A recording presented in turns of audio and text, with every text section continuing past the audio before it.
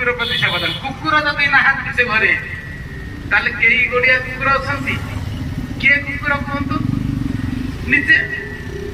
ଯଦି କୁକୁର ନଥାଏ କି କୁକୁର ପ୍ରତି ସାବଧାନ ତାହେଲେ କୋଉ କୁକୁର ପ୍ରତି ସାବଧାନ? ଏଠି ଚାରି ଗୋଡିଆ କୁକୁର ନାହାନ୍ତି। ଶ୍ୱାନ କୁକୁର ହଉଛି ଚଣ୍ଡାଳ। କାଲି କହିବେ 8 ଜଣ ଚଣ୍ଡାଳ। କିଏ କିଏ? ପଶୁ ଭିତରେ କିଏ ଚଣ୍ଡାଳ, ପକ୍ଷୀ ଭିତରେ କିଏ ଚଣ୍ଡାଳ, ସାଧୁ ସନ୍ତଙ୍କ ଭିତରେ କିଏ ଚଣ୍ଡାଳ, ବ୍ରାହ୍ମଣ ଭିତରେ କିଏ ଚଣ୍ଡାଳ, ସ୍ତ୍ରୀ ମାନଙ୍କ ଭିତରେ କିଏ ଚଣ୍ଡାଳ। କାଲି ଚଣ୍ଡାଳ 8ଟା ଚଣ୍ଡାଳ କଥା ମୁଁ ଯଦି ନ କହିବି ମତେ ମନେ ପକେଇଦେବି। ଆଜି ସମୟ ନାହିଁ, ପ୍ରସଙ୍ଗ ପଛେଇ ଯାଉଛନ୍ତି। ତ ଶ୍ୱାନ ପାଦର କୁକୁର ପାଦର ଧୂଳିରେ ଲକ୍ଷ୍ମୀ ଯାଆନ୍ତି। କୁକୁରକୁ ଚଣ୍ଡାଳ ବୋଲି ଗୀତାରେ କୁହାଯାଇଛି। ଏବଂ ଅଜ ରଜ, ଖର ରଜ, ଶ୍ୱାନ ରଜ, 4 ନମ୍ବର ସମାର୍ଜନୀ। ଛାଞ୍ଚୁଣି ଆଉ ପହଁରକୁ ସଂସ୍କୃତରେ ସମାର୍ଜନୀ ବୋଲି କହନ୍ତି। ମା ମାନେ ଛାଞ୍ଚୁଣି ଘରୁଥିବେ, ପହଁରରେ ଘରୁଥିବେ, ଯଦି ଆମ ଗୋଡ ବାଜିଲା କଣ କରନ୍ତି? ଛିଣ୍ଡେଇକି ତୁ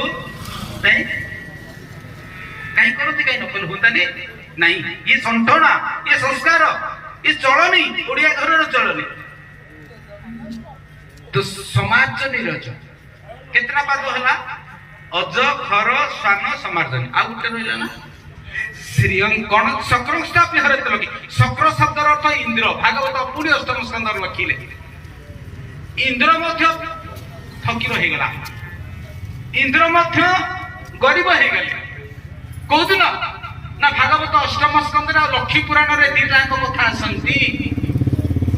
ସେଦିନ ଋଷି ଦୁର୍ବାସା ସ୍ୱର୍ଗରେ ଇନ୍ଦ୍ରକୁ ଦେଖି ଗୋଟେ ହାର ପିନ୍ଧେଇ ଦେଇଥିଲେ, ଫୁଲ ହାରଟେ। ସିଏ ଚଣ୍ଡାଳ କଣ କଲେ ନା ରମ୍ଭା ବୋଲି ଗୋଟେ ଅପ୍ସରାକୁ ପିନ୍ଧେଇ ଦେଲେ। ରମ୍ଭା ସେଦିନ ଅଶୁଚି ଥିଲେ। ଦୁର୍ବାସା ଜାଣିପାରିଲେ, କହିଲେ ମୁଁ ତତେ ଗୋଟେ ଦେଲି ଶ୍ରଦ୍ଧାରେ ହାରଟେ, ତୁ ରମ୍ଭାକୁ ପିନ୍ଧେଇ ଦେଲୁ, ପୁଣି ରମ୍ଭାଟା ଅଶୁଚି ଆଜି ଅଛି। ତେଣୁ ମାସରେ 4 ଦିନ ଅଶୁଚି ଥିବା ସ୍ତ୍ରୀ ମାନଙ୍କର ପାଦର ଧୂଳି ଅପବିତ୍ର। ତୁ ଇନ୍ଦ୍ର ପୋଡା ମା, ତୁ ଆଜିଠୁ ମୁଁ ଅଭିଶାପ ଦଉଛି, ତୁ ଆଜିଠୁ ଲକ୍ଷ୍ମୀ ଛଡା ହେଇଯା। ଲକ୍ଷ୍ମୀ ଛାଡିଗଲି। ପୁଣି ଥରେ ସମୁଦ୍ର ମନ୍ଥନ କରାଗଲା ଭାଗବତ 8ମ ସ୍କନ୍ଧରେ, ଲକ୍ଷ୍ମୀକୁ ଫେରେଇ ଆଣିବା ନାହିଁ। ତେଣୁ ସେଇଥିପାଇଁ ତାକୁ ଲକ୍ଷ୍ୟ କରି ଏ ଶ୍ଲୋକରେ ଲେଖାଗଲା ଶକ୍ରଂସ୍ଥାପି ହରେତ ଲକ୍ଷ୍ମୀ। ଶକ୍ର ଅର୍ଥ ଇନ୍ଦ୍ର, ତାଲବେଶ କର ଫଳା, ଅର୍ଥାତ ଇନ୍ଦ୍ରଙ୍କ ଭଳି ଧନୀ ବା ଇନ୍ଦ୍ରଙ୍କ ଭଳି ସବୁଠୁ ଐଶ୍ୱର୍ଯ୍ୟବାନ ଫକୀର ହେଇଗଲେ, ଭିକାରୀ ହେଇଗଲେ। କାହିଁକି ନା ଏଇ 5ଟା ପାଦର ଧୂଳିରେ ଯେକୌଣସି ଗୋଟିଏ ପାଦର ଧୂଳି ଆମକୁ